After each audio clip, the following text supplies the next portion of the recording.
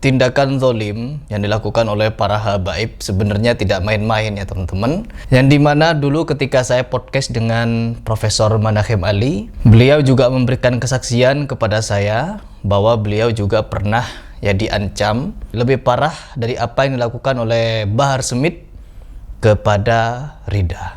Cuman karena Profesor Manakhem Ali cukup safety dan beliau juga orang yang sangat tahu dengan kelakuan-kelakuan para habaib, jadi beliau mawas diri dari jebakan-jebakan yang mungkin bisa membuat beliau masuk kepada perangkap mereka, dijebak untuk ngisi kajian di sana, lalu di sana dipersekusi dan lain sebagainya. Bisa saja karena ancamannya luar biasa teman-teman. Dan begitu pun juga dengan Kiai Imad dan kawan-kawannya. Meskipun di beberapa hal saya tidak sepakat dengan Kiai Imad, cuman di bagian pembahasan tesis tentang nasab Habib saya cukup sepakat. Namun di sini yang akan kita bahas adalah klarifikasi kakak beradik Bahar Smith dan beserta adiknya, klarifikasi yang berseberangan arah teman-teman. Awalnya Bahar Smith teriak-teriak bahwa kalau saya tidak menghentikan Rida itu pasti sudah mati katanya. Kenapa dihajar oleh Muhyiddin Bahar Smith? Saudara-saudara, kemarin itu untung saya. Jadi ada orang tahu-tahu lari, saya lagi makan di dalam, tahu-tahu orang lari, beb, tolong beb, itu yang tadi itu beb, lagi digebukin beb sama umat dulu orang masyarakat. Saya keluar, jangan diapa-apain. Kalau nggak mati, saudara, mati dimasak sama umat dan masyarakat. Ya, itu yang perlu kita kunci. Terus yang kedua, kita melihat berbagai macam kejanggalan. Katanya Bahar Smith menyaksikan dari kejauhan. Setelah babak belur, Bahar Smith datang untuk melerai. Ini kesaksian yang timpang sebenarnya. Karena di kesaksian yang lain, bahwa Bahar Smith katanya hampir hendak mau dizolimi, mau dijahati oleh Rida jarak 2 meter. Awalnya tidak benda, tapi karena pemicu kemudian korban sempat mau mencop mata Habib Bahar bin Smith.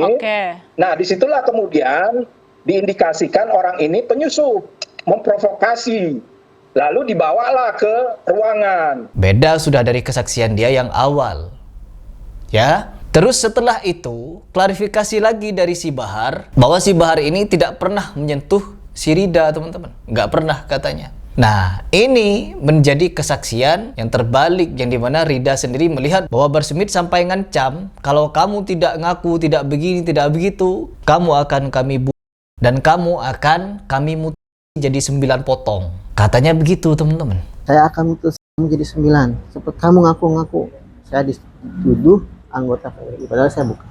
Hebat bukan? Hebat. Awalnya mengaku ingin melindungi. Terus setelah ingin mengaku melindungi, ternyata hendak mau dilakukan tindakan jarak 2 meter. Setelah itu mengaku bahwa buru-buru dia ingin stop tindakan itu.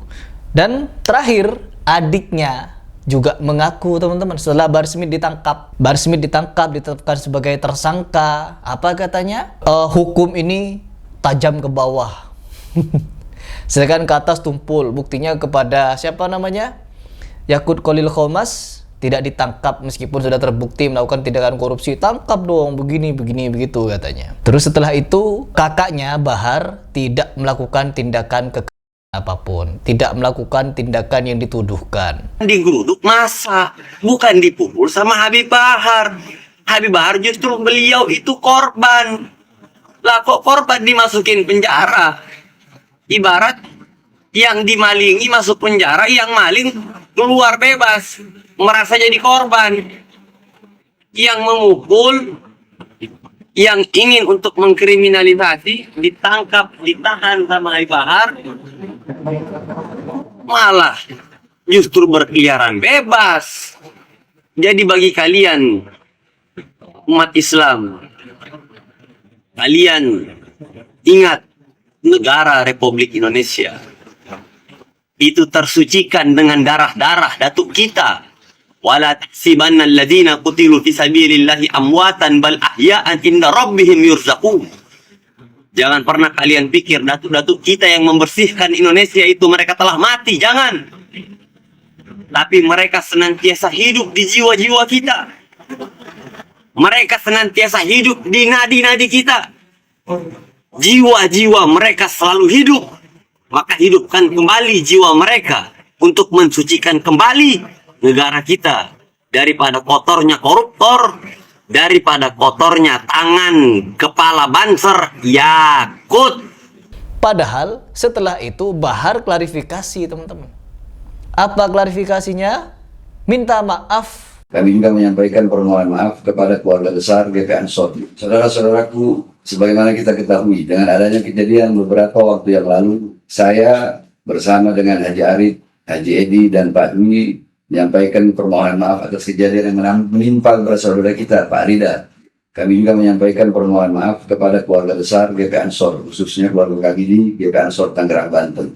Kejadian ini menjadi pelajaran untuk kita semua untuk bersama-sama menjaga ukhuwah Islamiyah.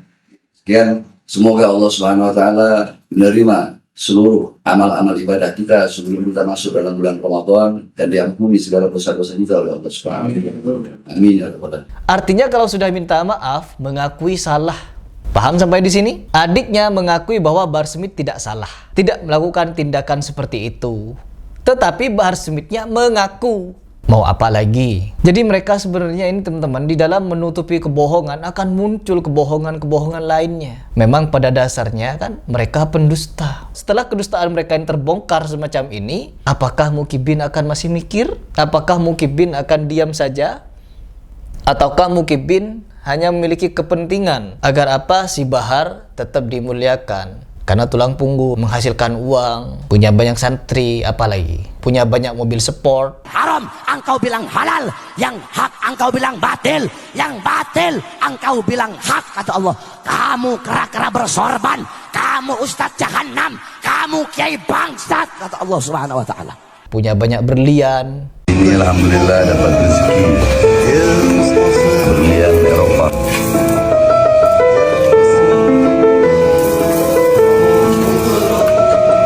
Apalagi koleksi mobilnya banyak, mau rumahnya besar, tulang punggung.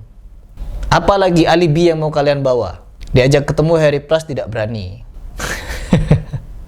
Ya gak bakal berani. Yang namanya tukang bohong, tukang nipu. Siapa Muhyiddin Bahar Smith yang tidak terima Baharnya saya sebut penipu, tukang tipu, tukang bohong? Siapa yang gak berani? So, coba muncul, siapapun kalian yang berani bela Bahar Smith, muncul coba. Pas muncul, nantangin berantem. Harry Pras, silat Garuda Indonesia. Saya tantang Anda bertarung dengan atau tanpa aturan. Dunia akan mengakui silat Garuda Indonesia jika Anda bisa mengalahkan saya. Tapi kalau lo kalah, lo wajib minta maaf ke seluruh ulama yang pernah lo reaction. Kata Allah, kamu kera-kera bersorban, kamu ustadz jahanam, kamu kiai bangsat, kata Allah Subhanahu wa taala. Wahabi bangsat nih. Itu diucapkan pada ulama layak. Ya memang pada dasarnya preman akan dibela preman, penjahat akan dibela oleh penjahat. Orang zalim ya akan dilindungi, dibela juga oleh orang zalim. Seperti Bahar ini. Jadi ketika Rida sudah baikan, pulih dari luka-lukanya, lebam-lebamnya, ia memberikan kesaksian bahwa pelaku utamanya adalah Bahar. Apakah Rida akan berdusta? Ya menurut kalian kira-kira yang lebih potensi untuk berdusta, ngibul, nipu, dan membohongi umat siapa? Rida ataukah si Bahar? Meskipun sudah dilayangkan surat permintaan maaf oleh Bahar Smith secara tertulis ataupun secara video, ya perdamaian memang harus tetap dilaksanakan. Ya berdamai antara kedua belah pihak ya harus. Cuman kalau untuk proses hukum stop, ya jangan. Saya juga menyayangkan apabila proses hukum stop. Ya tetap semoga proses hukum tetap berjalan. Bahar Smith diberikan ganjaran yang setimpal dengan perbuatan zalimnya itu.